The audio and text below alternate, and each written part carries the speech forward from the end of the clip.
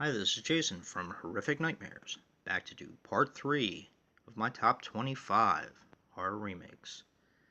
Please keep in mind that these are just my opinions and how I view the film. And while I know this isn't a very popular list to compile, um, I do like horror remakes. I've always been a fan, even though I've seen the originals and most of them I love as well. It's kind of easy for me to disconnect myself from the original when I watch these remakes. So, but let's get started. Coming in at number 15, Sorority Row. Now, if you guys have been watching my top 25 modern day slashers, this just missed the list. And in a way, I'm kind of sorry I didn't put it on there because I do love this film. This is done so well. I love the weapon, and it's just, I don't know, it's just a really cool slasher in my opinion. And I do love the original. This is not one I prefer to the original, but this is a very good film. So, but that was number 15, Sorority Row. Coming in at number 14, Willard. This is just a fantastic film, and um, unfortunately, we just lost one of our um, actors in this film with, let's see, why am I blanking on his name right now? But you guys know who it is. This is just a fantastic film with Crispin Glover at his absolute quirkiest, I think. But very good remake, and kind of an oddity for me because when I first bought this on DVD years ago, I had watched the full screen version of it, and I actually prefer widescreen to just about everything. This has both, and my original had both as well. But when I went to watch my widescreen version later, it didn't work. So I kind of trashed it and bought another one at a yard sale, I believe. But I'm trying to think of that guy's name. Why am I blanking? He was just in the news.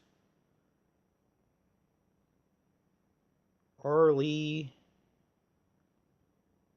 Ermy. Something like that. Anyway. But he will be missed. Um, he was kind of a type actor. Played pretty much, in my opinion, pretty much the same character and everything. But I mean, there was nobody better in Full Metal Jacket. He was definitely great in that. So I think that was the role he was probably meant to play. That is number 14, Willard. Coming in at number 13, Black Christmas. Or Black Xmas, whatever. I love this remake.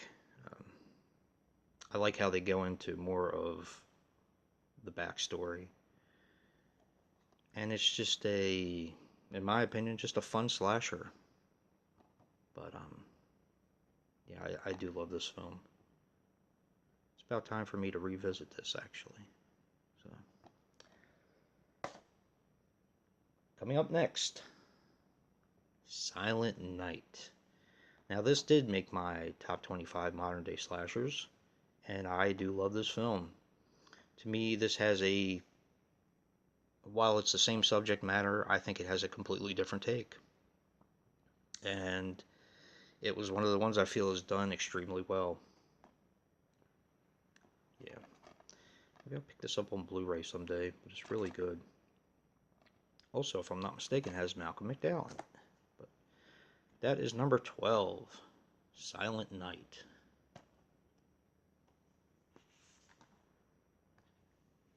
Coming in at number 11, Evil Dead. I just thought they did a great job with this remake. I do love the original. It is probably one of my favorite horror movies of all time. I just think the original is an incredible film. And they did a good job with this, I think. There's buckets of blood in this, and, I think it's a little bit more explained, if I'm not mistaken, in the beginning. Like I said, it's been a while since I watched this, but I really did enjoy it.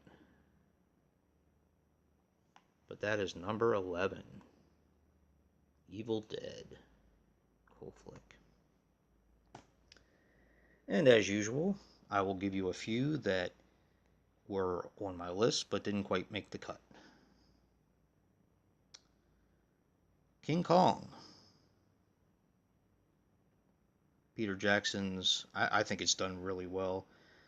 I also enjoyed the 76 King Kong, but none of them compared, of course, to the original, which I do consider a monster movie.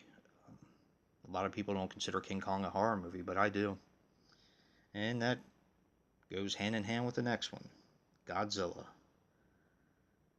I really enjoyed the new one. I thought it was done. It was one of those films that I thought was incredibly smart.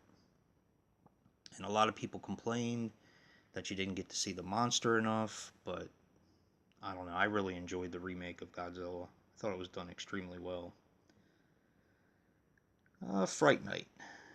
Fright Night's a tough one for me because it is a childhood favorite, and I don't believe it should have been remade, but I kind of liked it. And, another movie that we lost a actor in, and this one way, way too young, is Anton Yelchin. He was great in that.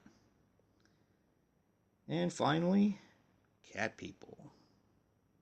Cat People is kind of an oddity for me. It's a movie that I like now that I really didn't like when I first watched it. But it has grown on me over the years. So, brings us to an end of another part of my top 25. Interested to know what you guys think? Comment down below. If you like or hear what you see, hit that like button and subscribe. But until next time.